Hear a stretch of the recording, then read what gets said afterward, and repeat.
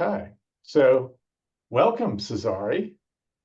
Thank you for joining the Marion Street Capital podcast titled Beyond the Inflection Point. I'm very excited to talk to you today. My team prepared for me a little bit of a primer around your background. You've got a super interesting background, and we were talking a little bit before I hit the record button. So I know our audience is going to get a lot of value out of the next 25 or 30 minutes that you and I spend together. So the place I think I'd like to start is I was looking at your background. I mean, you come from Poland, you had a really successful educational background, successful investment banking, started your career, successful lengthy private equity stint. Why on earth would you choose to put yourself through the pain of becoming an entrepreneur, and not just once, more than once? Thank you for inviting. Pleasure to be here. Yeah, very, very good questions. Uh, Questions which suggest that, people at certain age fall into the, I guess, early onset of middle age crisis, and they just do, illogical things. Uh, I guess in my case, it was a decision driven by the desire to do something meaningful, right? It was like when you're in private equity, in reality, you're making rich people richer, right? That's your job, right? So I thought that I would like to do also something for just general population, right? And thought, well, how about saving million lives? And because a friend of mine at the time was diagnosed with cancer and almost died, a very young, younger, fitter, better version of me, I thought that, okay, this is my cause. I think there's a lot of systems, and I'm good at putting together systems. We just don't have it organized. I'll organize it all, and I would prevent millions of people from dying. And that was the idea of my company, HealthTom. And I went to San Francisco, moved from London, from being a private equity fat cat to that was spending millions of dollars on fees for transactions, to going to a business which I didn't know much about in a different country, in a sector I had limited exposure to, uh, raising amounts of money that was equal to the fees spent on lawyers and accountants, right? uh, so that was a very, very difficult task, but we finally figured it out, and we learned a lot on the way. So you say we, did you start the company alone or did you have a co-founder? I have a co-founder Mhm. who is of technical background. He's a phenomenal business partner. Um, Although he didn't move with me to the US, we kept our whole production, technical and software team back in Poland Mm. to benefit from immediate arbitrage of cost. Yep, absolutely. Seems to be a pattern that's worked for a number of companies. Had you spent much time in San Francisco prior to your move? Uh, Nope. I no. was, I Okay. was, I spent much time after the move. I lived there for 5 years and I loved the city. Uh, but before that, I was only as a tourist. So, Okay. however crazy it might sound, I indeed used the Silicon Valley show as a kind of guiding point of how to do business in Silicon Valley. And moved there, thought that I would rent a house where we would live upstairs and work downstairs. Hopefully, some friends very quickly talked me out of it. But indeed, I went there, I jumped full on, kind of 100% without knowing much about San Francisco. And it was a steep learning curve. Well, what year was this? 2018, Okay. All right. So still in the pre-pandemic. normal world Yep. Right. before COVID. Yeah. Yep. And you know what? When someone is so desperate to change their life in terms of building something new, I had so much energy and so much determination to break it. You actually make huge progress. I just was recently again in San Francisco, where I no longer live permanently, but I feel so much good energy from this city because I invested so much energy. I invested so much in in learning about the city, in meeting the people, in getting to the right circles, in being in this intellectual part of the city where we talk about things that, sometimes as esoteric, sometimes are very practical, but definitely you don't talk about, you know, things that most of people talk about every day, just money and talking about other people. You try to solve the world's problems. Uh, That's what I wanted to ask you next about. How it sounds like it was relatively easy for you to forge some pretty critical relationships. How did you go about identifying and then forging those business relationships in a city where you had limited experience? Multi-pronged attack. So first of all, I asked all my friends from London and international friends that I had to introduce me to the people they know in San Francisco that they think are worth introducing to. And that's how I met my best friend there. There was a common introduction of a common friend we never met before, but the connection was great. So this is one strategy. The other strategy was like really frontal attack of going to um, you know various meetings sessions. There's just plenty. You learn about this in those newsletters in the city, in Mm. the team maps, in all those. I just was in so many random circles that after some time I just figured, okay, this is the interesting circle, the longevity circle, right? Or this circle kind of focused around this sort of community. Or then I started, I joined three clubs there, right? Like members clubs, and one intellectual, one kind of mainstream, one kind of a little bit, alternative, and they all had very interesting gatherings, interesting parties, um, intellectual discussions. I remember I met some of good friends at a show where after the show I went to the organizer and the key guest, and I started chatting with them, and then we became very good friends, and now we are good friends. And there was a show about producing artificial meat, and the show was a comedian show that was phenomenal. It was just like this level of entertainment I never experienced before, when by laughing you learn about sophisticated stuff.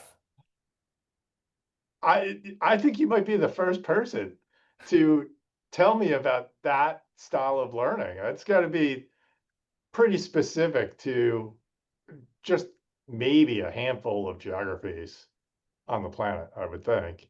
Um, so the first company you started, that was a health tech company, was it not? Okay. That's right. And did you guys raise venture capital to get that We company raised going? very little Okay. because we quite quickly pivoted from a B2C offering that we had in mind Mhm. to B2B service offering. So I went through the classical path when a lot of founders have this idea that they will become this big B2C brand. But you know what? There's very few successful B2C brands in healthcare, right? Very few, only a number of them, right?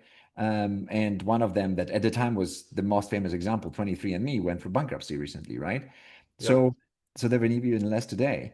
So that's how we pivoted from trying to create a massive company that would reach millions of people after a realization that people in US do not want to pay for preventive medicine. Right. People in US only pay when they feel pain. Yep. The system is built in a way which tries to keep you as sick as possible for as long as possible, but not die. Dying is bad for Right. business. Right. Dying is not good.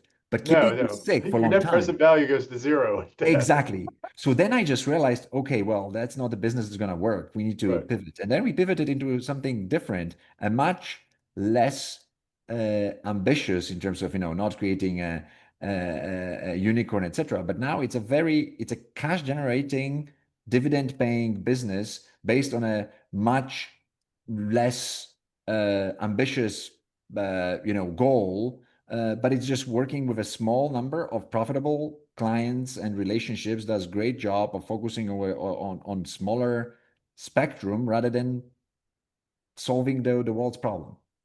That's fantastic. So a little bit different style of a successful venture-backed outcome, but still a successful one nonetheless. And especially if you consider measuring it by number of lives improved as opposed to, MOIC or multiple on invested capital Yep, or some other, financial metric. that's right. That's right. And you know what? Sometimes we just we need to realize that creating something small and beautiful is potentially better than just repetitively failing and doing something very big where you chase the cat that you never can catch.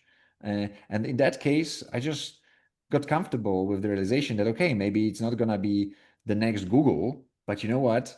If there is a million people like me who create million of smaller companies which are profitable, they create great environment for people, allow you to do other things in life, create passive income, and solve a real problem, million solutions in aggregate is panacea for all problems.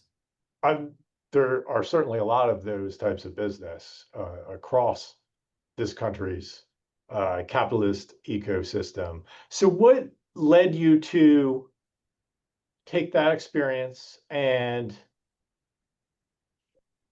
lead yourself into your next experience creating a company? Yeah, yeah. So you know what? In medicine, I learned a lot about algorithms, about preventive medicine, which is essentially based on certain rules and certain observations and patterns, right? And then you know what?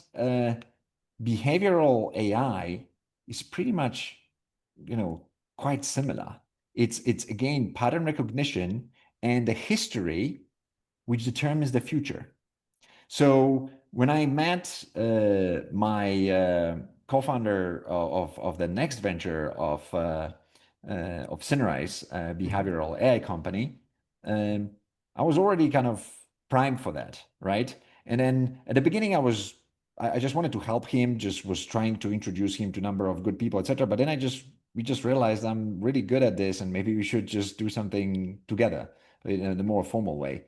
And then and then I became the president of the company. I was running our U.S. business and co-managing our overall business, and figured out that people's behavior is so predictable that Mm. you cannot believe how much, right? So at the moment, Synerise, the company that I'm a co-owner of, is holding the world's record in the quality of predictions based on so-called sequential predictions. It's basically like a discipline where a lot of scientists, just like now everybody is publishing a new LLM, that the same thing applies in a different branch of AI, which is behavioral. So basically based on prediction of behavior or affinity or action of a particular person, depending on the past actions. And you can actually, there's a number of publicly available data sets, mostly from actually Amazon, where you can actually test it against, right? And we did this and we have beaten every model out there, including the recently upgraded Tiger model from Google DeepMind.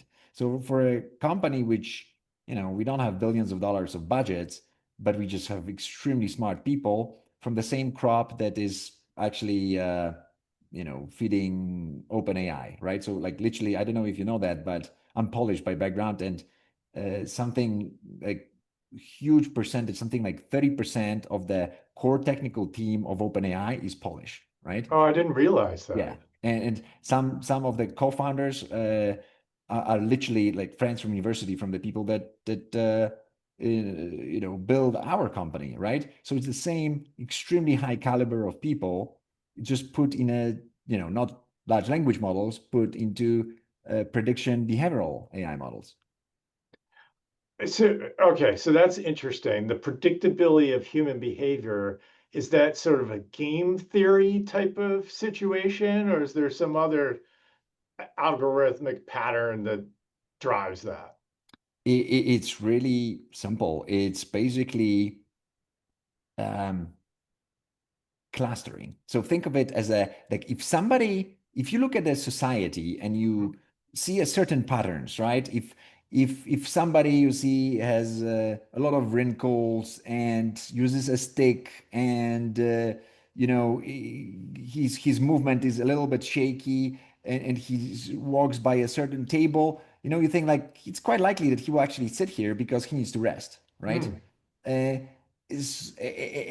because those several characteristics go together, yep. right? And then if you have enough of this data, you're able to predict the behavior at particular moment, and that's what we do for banks, for e-commerce companies. Basically, we are able to tell whether this is probably a rich customer because he behaves like this, or last time he clicked this and that. So next time we should assume that he's actually very affluent, and show him significantly more expensive product range. Or this customer behaves like 72% of customers who behaved like this quit the bank in the next 30 days. That's a Ah, that's a quite predictive, powerful prediction. yeah, that's very powerful. And we recently actually worked with a US bank where, they were shocked that we were able to predict 4 times more precisely than they, who are the people who are going to lead them. So, that's a pretty cool thing when you when you can talk to the people before they make decision. They're like, oh, I know that you want to leave, but how about this and that? Okay, so it sounds like you, your team, the company are onto something can be hugely valuable for some very large, profitable companies. Describe the stage of development where the company currently sits. So we are actually ahead of the major milestones that we announced soon, so I cannot yet say that. But we, as of now, the company is around 200 people, has product available in the first line in more than 11 countries, and in the second line, meaning that used in across many others. Um, we have. I'm not sure we can. Share the exact amount of ARR, but it's double-digit millions of dollars, and it's Mhm. growing. It's by half every year. Okay. So it is in terms of intellectual capacity, it is one of the, if not the world's leading place for this discipline, right? Because Mhm. we just recently organized um, the famous competition that is Rex's challenge, which is the kind of the competition to go to in this discipline, because we were considered to be one of the prime intellectual leaders in this space, right? So it's very exciting time for us. We work with people like Nike and IKEA and big banks, and it's very exciting. It's good to see that something that a team, frankly, in not big with not big exposure to major financial centers, was able to come up with, which was just so brilliant in terms of the efficiency of code writing and predictive power, that is now being you know looked at with awe by major financial institutions in the world. That's fantastic. And so uh, you're in the midst of closing a financing round. How do you anticipate using the proceeds to scale the company? It is, in this business, it's a lot of game about being able to maintain and develop talent, right? The talent wars in this industry are just terrible. We need to be able to keep our people and make our Mm, people happy, right? And that means keeping up with the standards of compensation there. It means expanding the team in certain areas. I think that in general, on the engineering and research side, we are very well covered. I don't think that we still have enough people in our commercial arm, and that's where we should invest in. okay. And you mentioned the company's in 11 countries, so I guess you're selling globally then.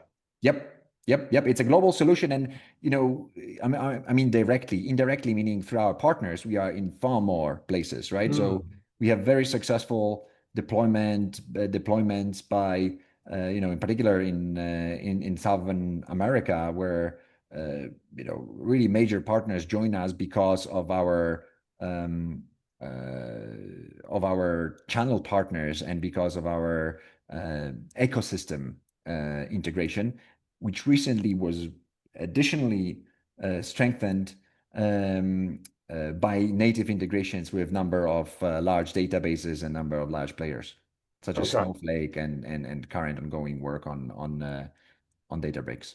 Okay. That makes a lot of sense. The channel partner strategy certainly is a much easier way for a company your size, your current Mm. size. To, Yep, yep, yep. yep. And we recently got a phenomenal partner, which is VTEX in this South American company, which is, um, very strong in those markets. Actually, it's very strong in many other markets beyond their home South American market.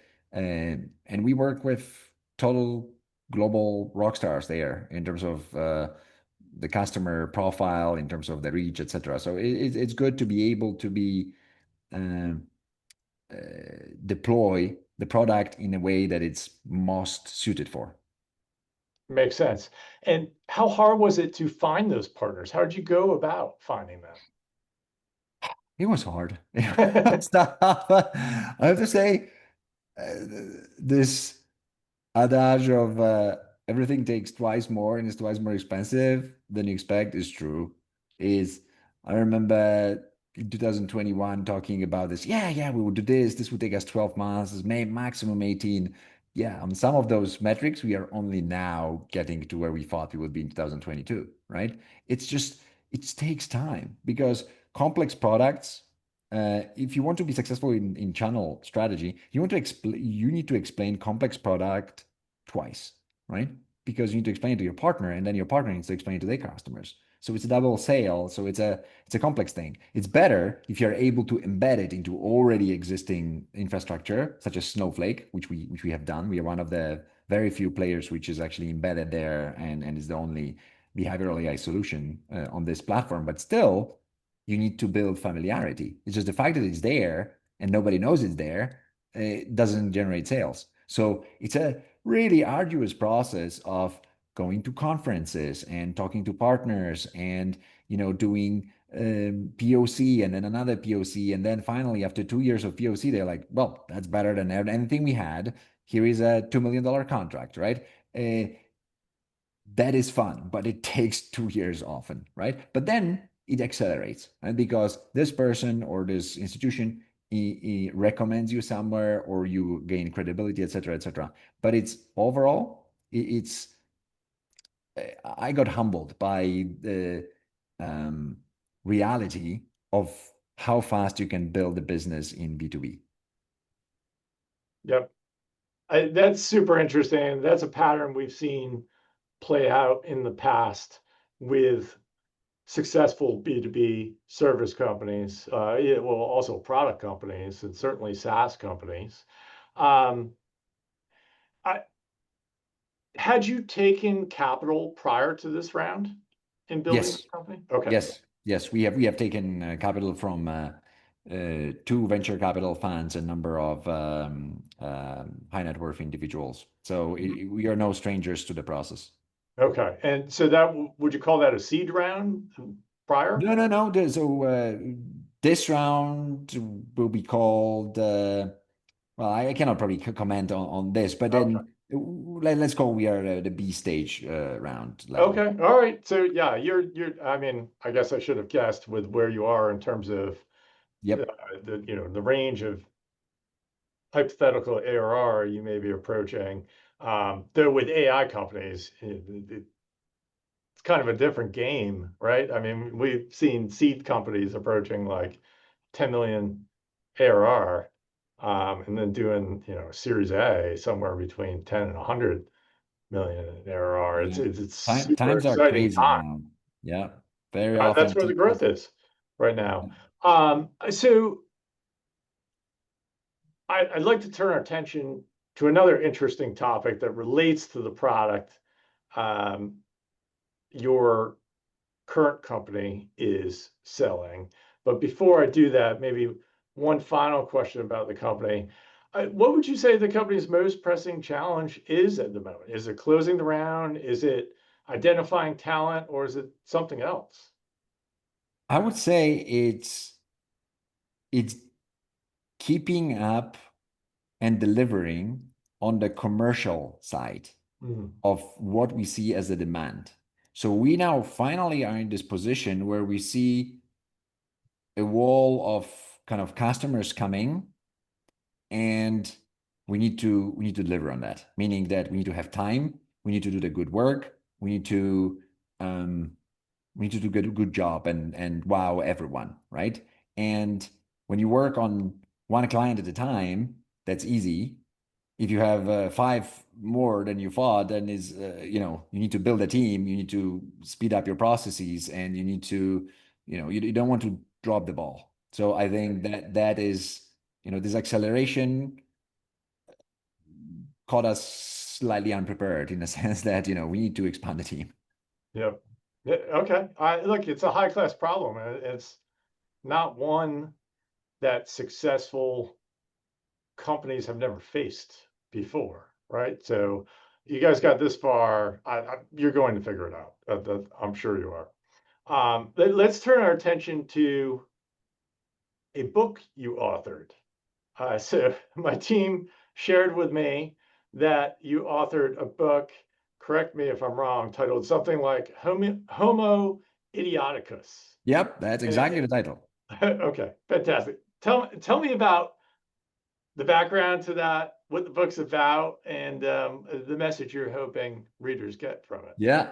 So I don't know about you, Sean, but I see stupidity everywhere, all around us. Oh, at every Have you moment. ever seen the movie The Sixth Sense with Bruce Willis, where a young child sees basically ghosts and he walks around, and the famous line in the movie is, "I see dead people." I used to walk around at different points in my life saying, "I see stupid people." That's right. Look, you walk into the supermarket in the US and they ask you for passport to buy a bottle of wine. You buy a coffee and you're signing off in this machine when you do a credit card transaction, and nobody cares what you signed there. Whether you said Mickey Mouse X, which means that you cannot read and write, which should invalidate transaction, or somebody else's name, nobody cares. You board a plane of American Airlines, and every time they ask me for my gender. I don't change my gender every time I fly a plane. It's just and U.S. government asks for their a green card application or visa. I don't remember now which one because I went through all those processes. Whether you're a terrorist and whether like, can you please self-report that you're a terrorist? Like, have you done this? Have you done that? And it's like, how many have you caught who have self-reported, right? Uh, it's just everywhere, right? So and this translates into big things such as 56% of Americans do not want their children to be taught Arabic numerals. You know what? Who knows others? Like, so that means that you don't want to teach your children to count, right? And then 10% of Americans believe the world is flat or are not sure about this, right? 85% of American teens cannot discern fact from an opinion, right? 10% of Americans use phone during sex, right? Like, it's just the amount of stupidity is just mind-boggling. So I saw this everywhere, and I was telling my friends all the time, and they would get kind of getting impatient with me.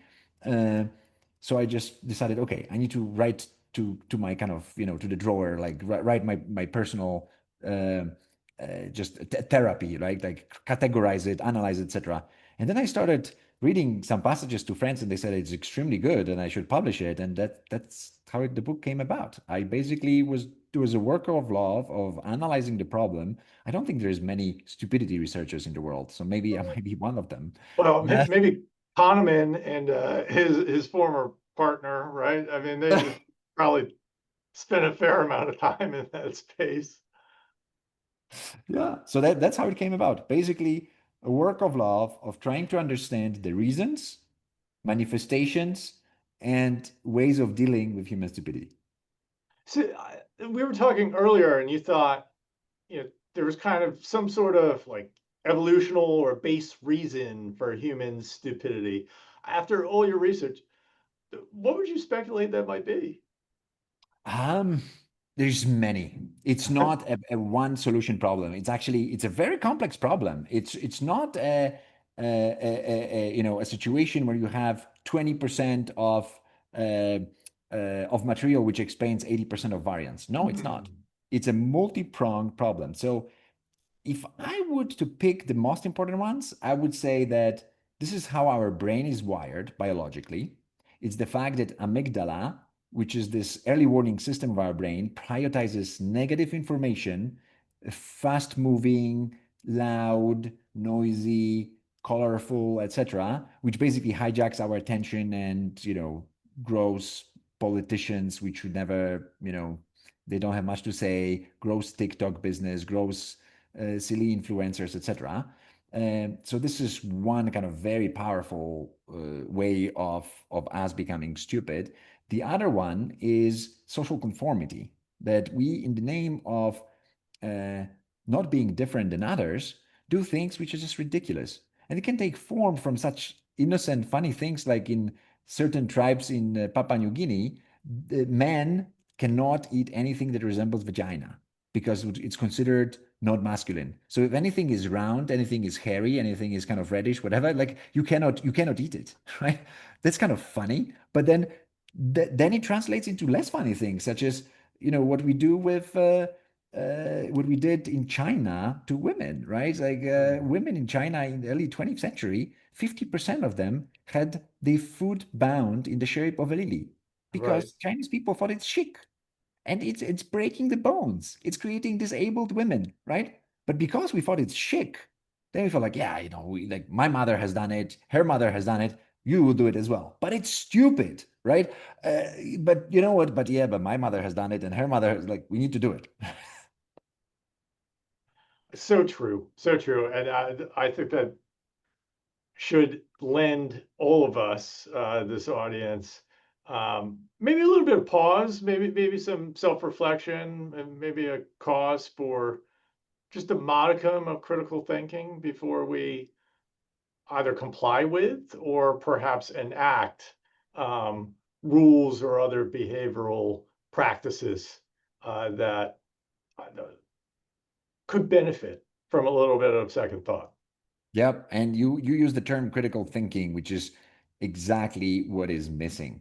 It's one of the key ways of fighting it. We just need so much more of that. And we are losing this as a society at a staggering rate. Probably you and I are still a generation which we have a healthy dose of skepticism to a lot of things, but younger generation very often misses the knowledge that the hard facts because they think that facts we can always check online. So you don't have the basis of information, and then you struggle with not only the facts, but then the usage of your most important organ, which is brain. Like, how do you compare? How do you conduct scientific method? How do you verify? How do you, what's your procedure for and diet of media? What do you know the typical mechanisms of manipulation? Do you understand some of the standard procedures of how societies work? Like, do you understand the long-term versus short-term effect? Do you understand the Pareto rule? Do you understand the minority pickup, etc.? So many things that younger generation is far more vulnerable than I think you and I. And then what happens if hard copy knowledge, actual physical books become extremely scarce in this digital society? That would be nice. That would be a high class problem, as you say. That would get very interesting. Okay, so this is all right. This has been great. Super informative. I think it's likely that at some point we invite you to come back and dive deeper into one of these topics and also get an update on the hyper growth that Synerise is currently experiencing. Um, I'm going to close with one question, which is what what's something that our audience could do for you that would be helpful to you? um, Referring to the book, I would say to join the movement against stupidity. So don't tolerate stupidity, I would say. Fight it. fight it on the hills, on the beaches, on the streets. We shall never surrender. Have this mindset. I would love people to have this no tolerance for stupidity. If you see something stupid, call it, fight it. Because, I don't want to live in the stupid world 20, 30 years from now. We need to preserve what we have or improve it. So this is one. Um, um, the other one is, I guess, if you are interested in behavioral AI, let us know. We are always on the lookout for the best people. That's our domain, and that's where we are trying to find the best athletes. That's fantastic. Cezary, thank you very much for all of your time. We greatly appreciate you appearing here on the Beyond the Inflection Point podcast, and we'll catch up soon. Thank you so much. Thank you for having me.